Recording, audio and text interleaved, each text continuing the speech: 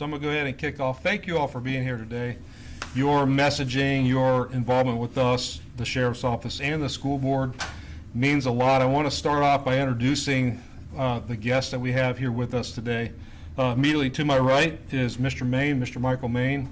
He's the superintendent of at the school board. We have Miss Amy Pritchett, the chair of the school board, Dr. Brian Moriarty on the school board, Marcia Powers, school board, and Christy Lee Roberts on the school board.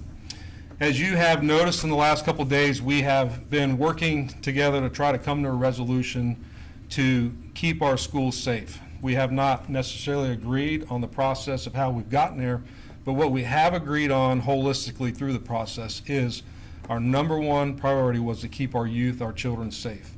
And to that end, I am proud, extremely proud to tell you that we have worked together through the night and through this morning and come to a resolution where our school resource deputies will continue to stay in the schools, will continue to provide the amount of service that we currently provide, and we look forward to continuing in our relationship with the school board, with Mr. Main, and most importantly, keeping our children safe as they end this school year, go through their graduation processes, and then next year start the process all over again. So I know I'm being short. I'm going to kick it to you in a minute for questions, but I would like to let the superintendent say a few words, please. Thank you, Sheriff. I want to thank you all for being here today, and I am absolutely honored to stand alongside Sheriff Budenseek to share this important update and to definitely reaffirm our joint commitment to the safety and well-being of the students of the Martin County School District. This morning, following thoughtful and collaborative discussion, the Martin County School District and the Martin County Sheriff's Office did reach a tentative and amicable agreement regarding our continued school security partnership. I want to thank the sheriff and his entire team for their professionalism and partnership throughout this entire process. Let me be clear, the safety of our students has never been negotiable on either side. From day one, it has been and always will be the priority of the school board and myself as superintendent. The purpose of our discussions was not whether we value student safety, but rather how to ensure that we both can sustainably afford the costs associated with providing that safety in a way that is fiscally responsible to the taxpayers that both of us serve. As a public school district, we do have a responsibility, as does the Sheriff's Office, to both our students and our community. That means delivering top-tier security while also making sound financial decisions that reflect the realities of public funding. I believe we have struck that balance with this agreement and that we reached this morning. We are incredibly fortunate in Martin County to have one of the finest law enforcement agencies in this entire country. The Martin County Sheriff's Office provides exceptional service to the school district and to the entire community. The school resource deputies who serve on our campuses are more than just a presence. They are mentors, protectors, and trusted partners in education. We are pleased, and I'll be honest, I'm personally relieved that this agreement ensures the continuity of service without any disruption. Our students, families, and staff deserve nothing but the best, and I am honored to do this alongside Sheriff Budenseek. It is both exciting and refreshing to know that this strong partnership will continue forward, and I would like to thank our school board members that are behind me, Sheriff Budenseek and his team that are in the back there, along with my team, to make sure that this process was done in good faith, with professionalism, and always with the best interests of our students at heart. This moment reaffirms that when we work together, communicate clearly, and remain student-focused, we can overcome any challenges in service of a greater mission. So I appreciate it very much, Sheriff. Thank you. Yes, sir. Thank you.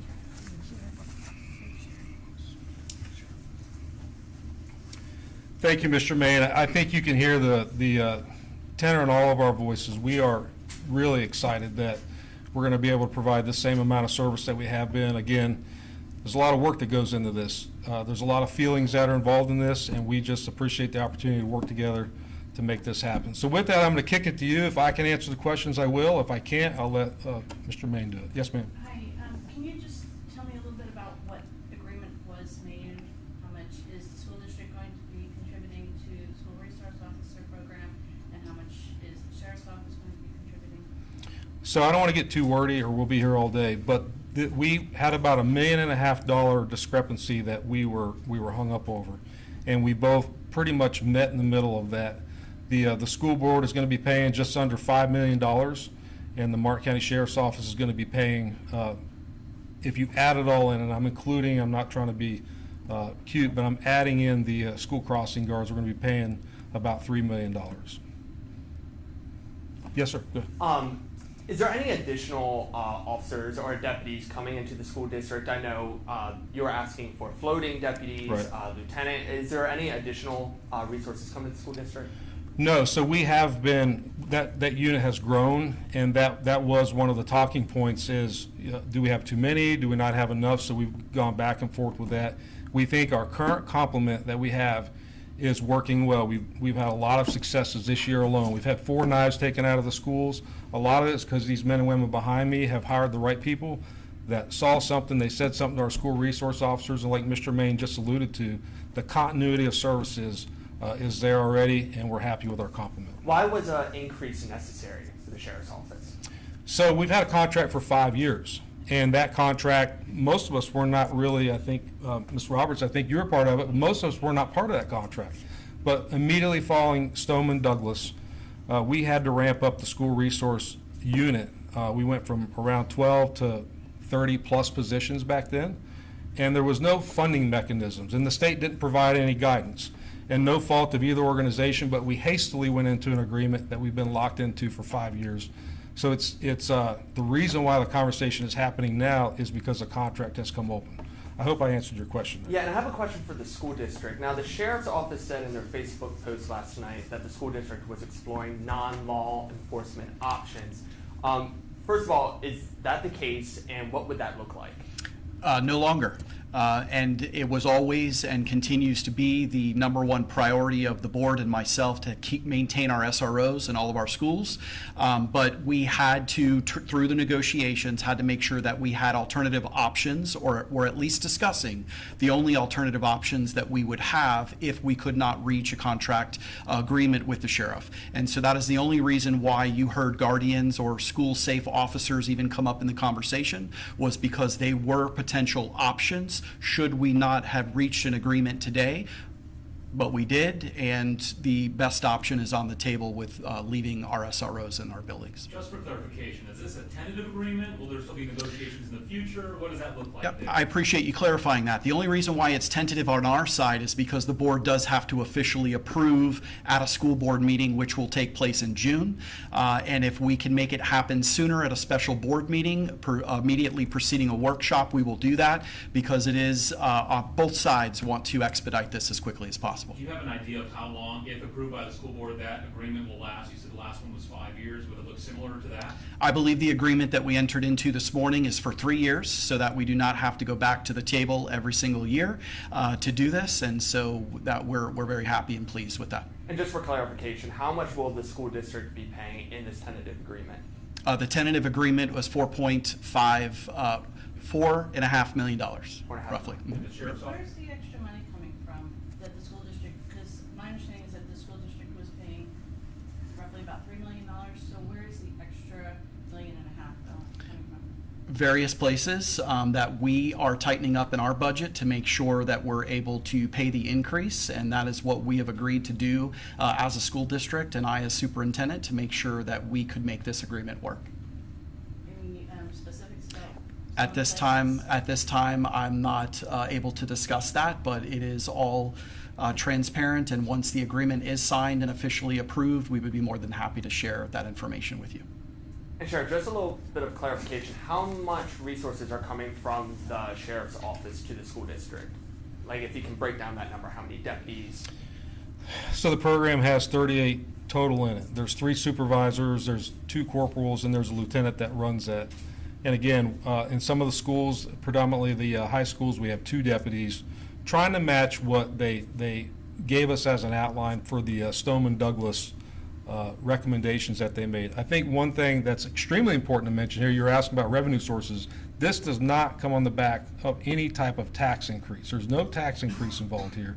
This is both of us collectively tightening up our belts, pitching in money from both sides to make this work. This is a collective effort with no tax increase.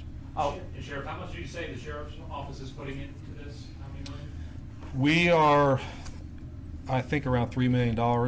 My CFO's standing behind you, and he's got the numbers in his head more clearly than me. It's good.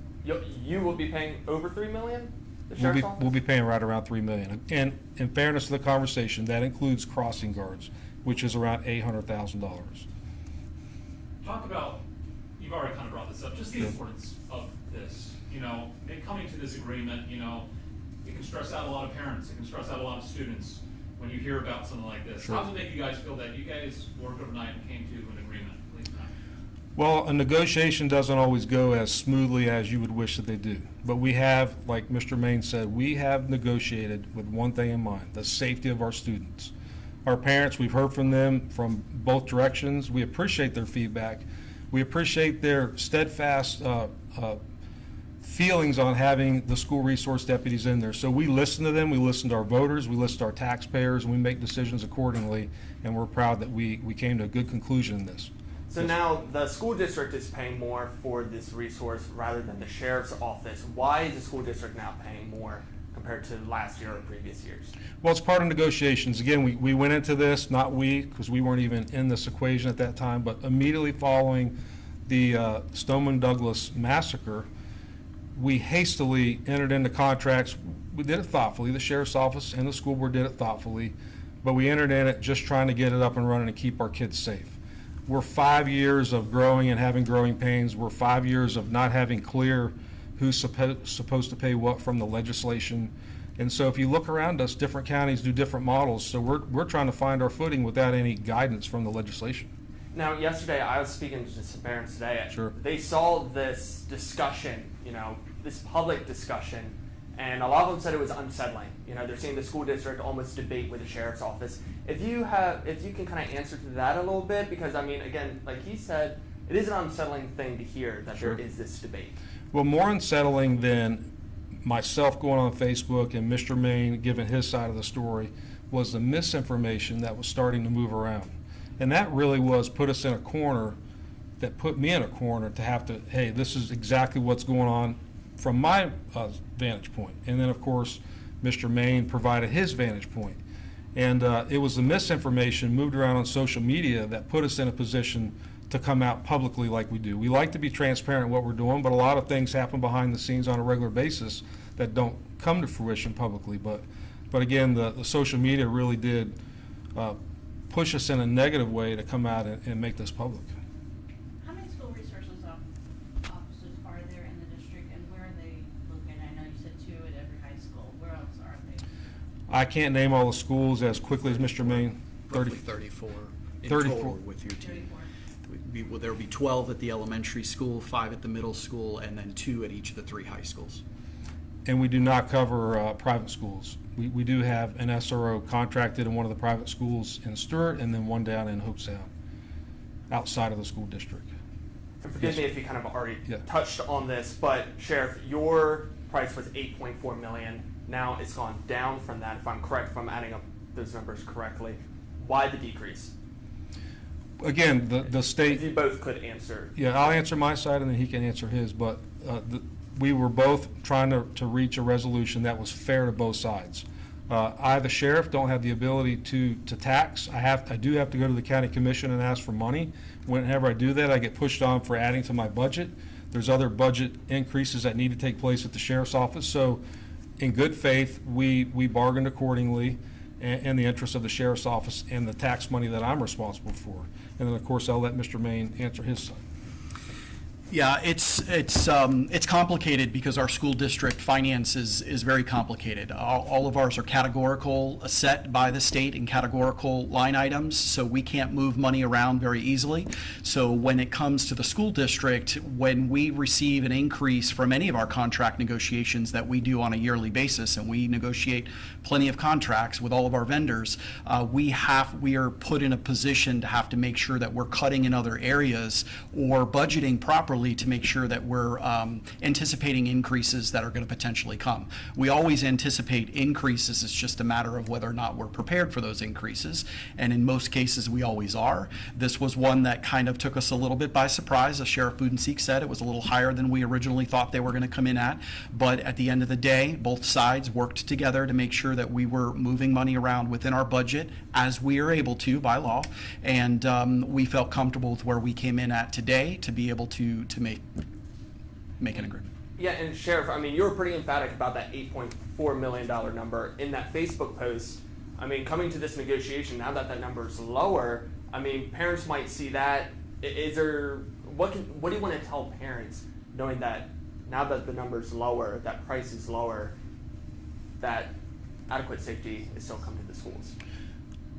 The question of safety was never in question. Safety was always going to be there. It was how we paid for it is where our sticking point was. And I think parents, all they want to hear right now from Sheriff Budenseek and all they want to hear from the school board and Mr. Main is that their children are going to get the same level of service next year that they've been getting, and their children are going to be safe. That's what they care about, and that's my message.